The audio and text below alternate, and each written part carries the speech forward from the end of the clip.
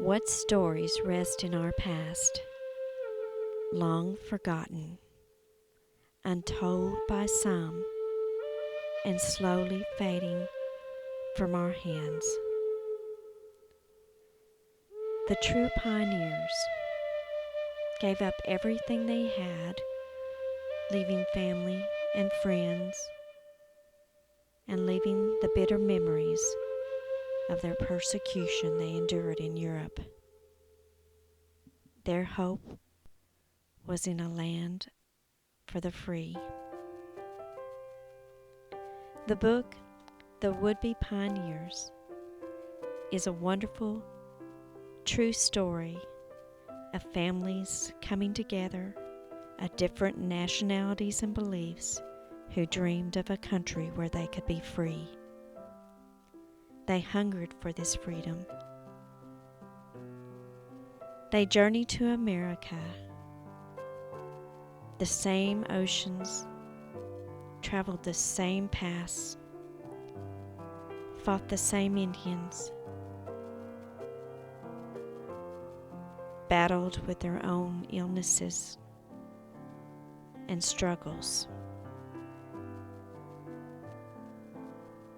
But they endured and they persevered. The book first starts with a story about Ruth and her family. She grew up in the early 1900s, raised in a good home, and then her parents decided to homestead in Colorado. She was secure in Oklahoma, but once they started traveling, things began to happen to the family that would cause many of us to just give up. They endured. They persevered. It led them to the plains in Oklahoma and Texas, where they battled the dust, trying to grow crops in a barren land. They worked on many ranches. They moved 25 times within a 50-year period. No, their life was not easy. Their life was simple. Their experiences were tough.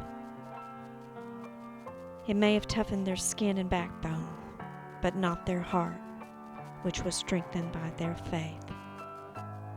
They learned to be content in all things.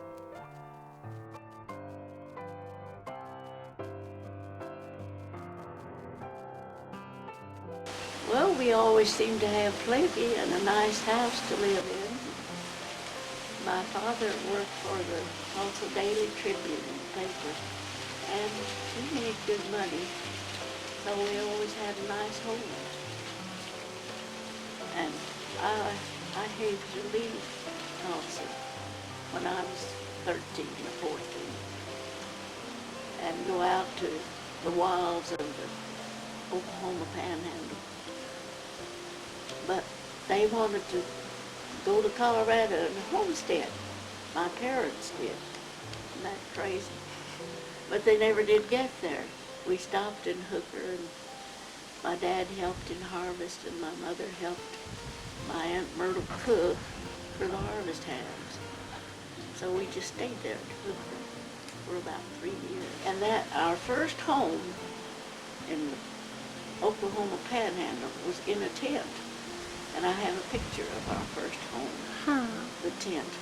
We had it all fixed nice. We even had a kerosene stove in that tent, and one full bed and one cot in there. And we cooked and ate in there. We stayed there all during harvest. What would you say about your relationship with your parents? Oh, it was wonderful. I had wonderful parents. And I was an only child, so that should say enough. I was spoiled. What moral values did they instill into you? Always be a Christian. Trust in the Lord, say your prayers, and do what's right. They instilled that in me. Ruth's story inspired me so. It was my grandmother's. I always knew of her faith, but I really did not know where it all stemmed from.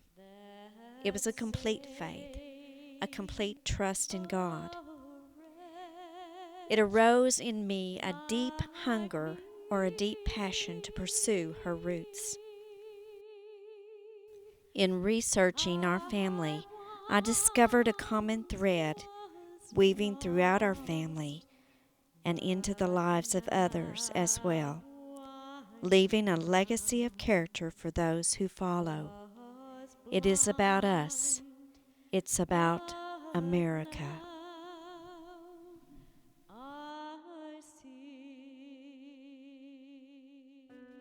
The second part of the book is a journey back in time in the life of this family, as well as the life and the birth of this great nation. It is so important to preserve this history, this heritage, for our children and our children's children. After researching these families for 3 years, I will never be the same.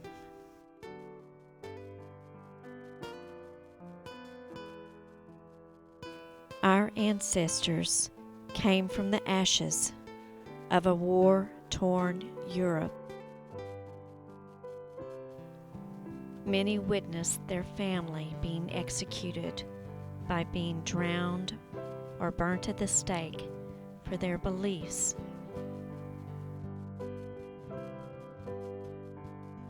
They were only seeking the truth that God had placed in the Scriptures. They found it, they proclaimed it, and they died for it. The executioners could kill the body, but not the soul, nor the spirit that would live on. These hardy pioneers who dreamed of a country where they could be free in all aspects of their life, hungered for this freedom that we currently take for granted.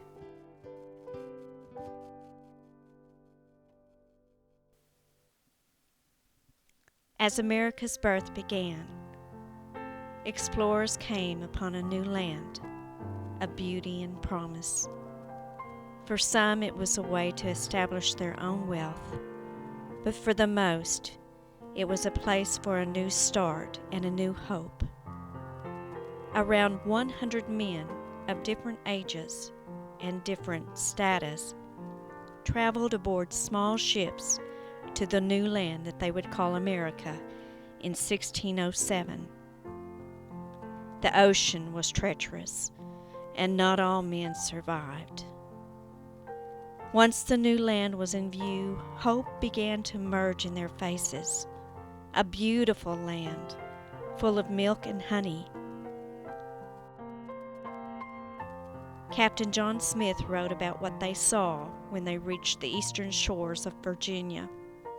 He wrote, "Heaven and earth never agreed better to frame a place for man's habitation."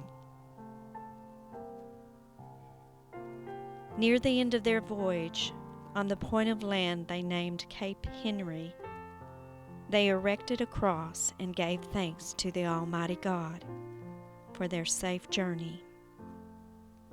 At that moment in time, they planted the seed of their faith, honoring Christ and proclaiming Him to be their hope and their foundation.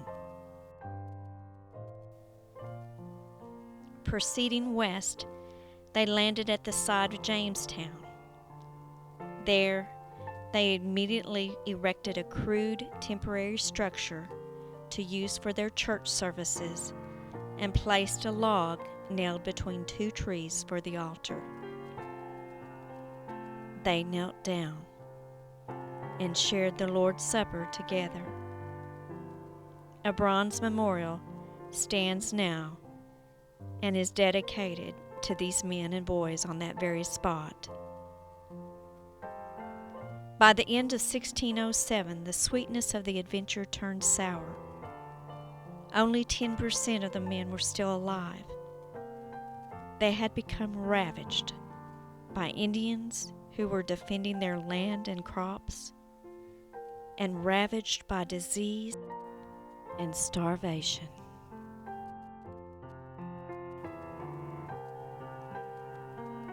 Just recently, the study of tree rings revealed that the period between 1606 and 1612 was a 7-year period of severe drought in Jamestown that had not occurred in over 770 years prior to that. Was this a sign from God?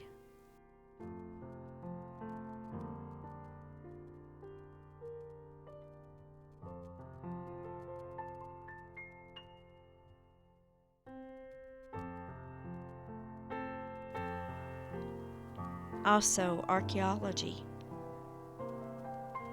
and other findings uncover fragments of the first settlers' discarded bones of animals eaten during this time. To survive, they ate dogs, cats, rats, horses, snakes, shoe leather, and their deceased comrades. It was a horrific time in America. It did not stop others who wanted to pursue their hopes and dreams in the land of liberty. Many came, many died, but many survived. Those who bravely traveled across the ocean were aristocrats, new settlers wanting a piece of land for themselves, convicted felons, the orphans, the servants, the slaves. The tired, the poor, the huddled masses, all yearning to breathe free. After building shelters for themselves, our pioneers built churches, indicating that this was first and foremost the most important structure to not only secure their faith, but most importantly, to honor God. They built schools, and within their walls taught the Bible and biblical principles.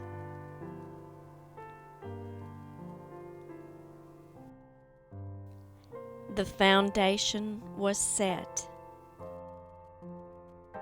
All good things naturally followed: integrity, good character, strength, courage, perseverance, selflessness, generosity, enthusiasm, respectfulness, adventurous, honesty, humbleness, motivative, innovative, self-educated, God-fearing, and God-trusting people who would become American citizens and make this land of ours great.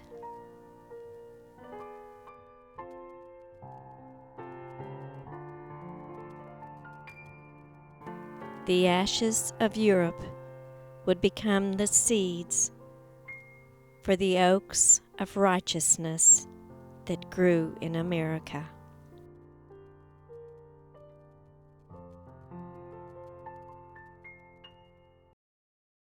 They experienced a time in America's birth when war was at their doorstep. Wars over land, wars over different cultures,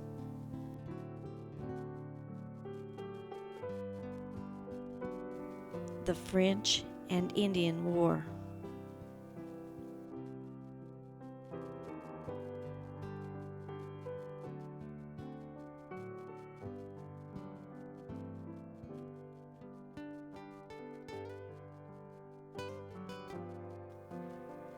The War for Independence, the Revolutionary War.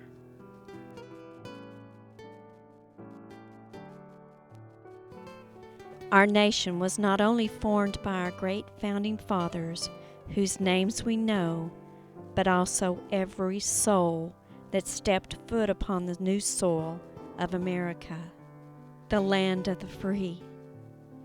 Their intention was to create a new world that would be founded upon faith, acknowledging that our God is all sovereign. Their wisdom was based on the Scriptures. They knew that they could not succeed without God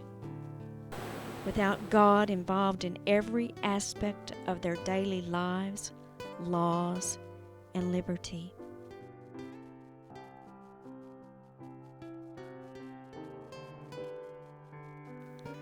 The War of 1812.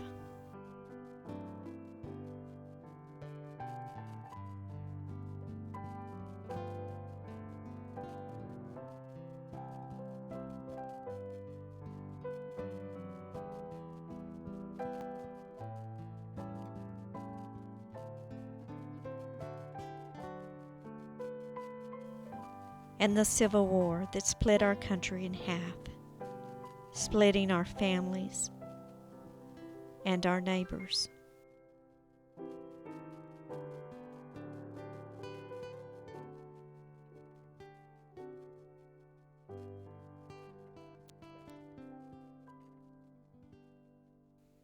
Fourscore and 7 years ago, our fathers brought forth on this continent a new nation, conceived in liberty and dedicated to the proposition that all men are created equal. Now we are engaged in a great civil war, testing whether that nation, or any nation so conceived and so dedicated, can long endure. We are met on a great battlefield of that war. We have come to dedicate a portion of that field as a final resting place for those who here gave their lives, that that nation might live, that from these honored dead we take increased devotion to the cause for which they gave the last full measure of devotion. That we here highly resolve that these dead shall not have died in vain. That this nation, under God, shall have a new birth of freedom, and that government of the people, by the people, and for the people, shall not perish from the earth.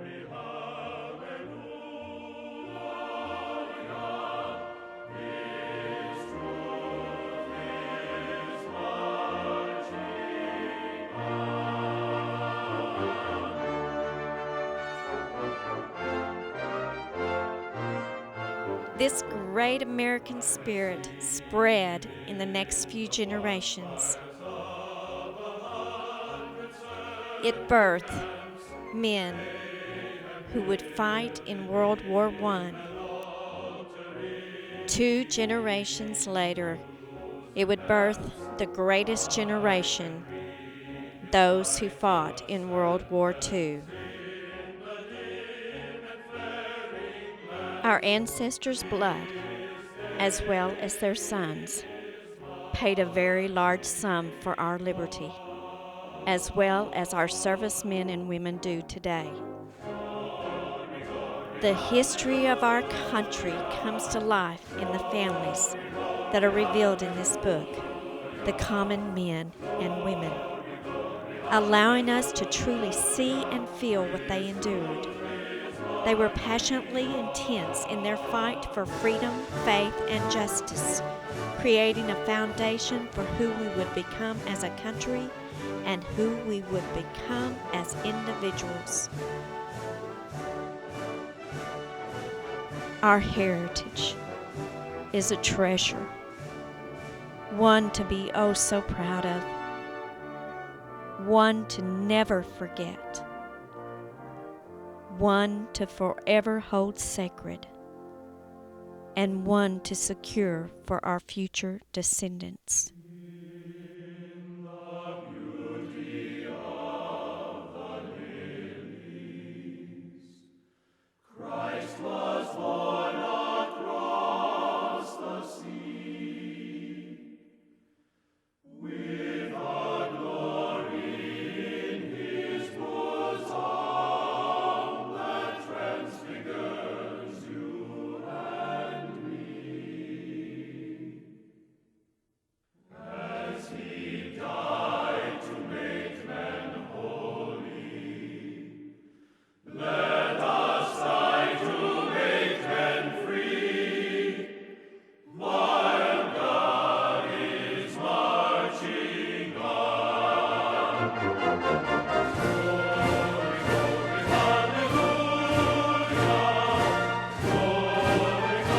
Lest we never forget, remember what our great ancestors did for us in building this great nation.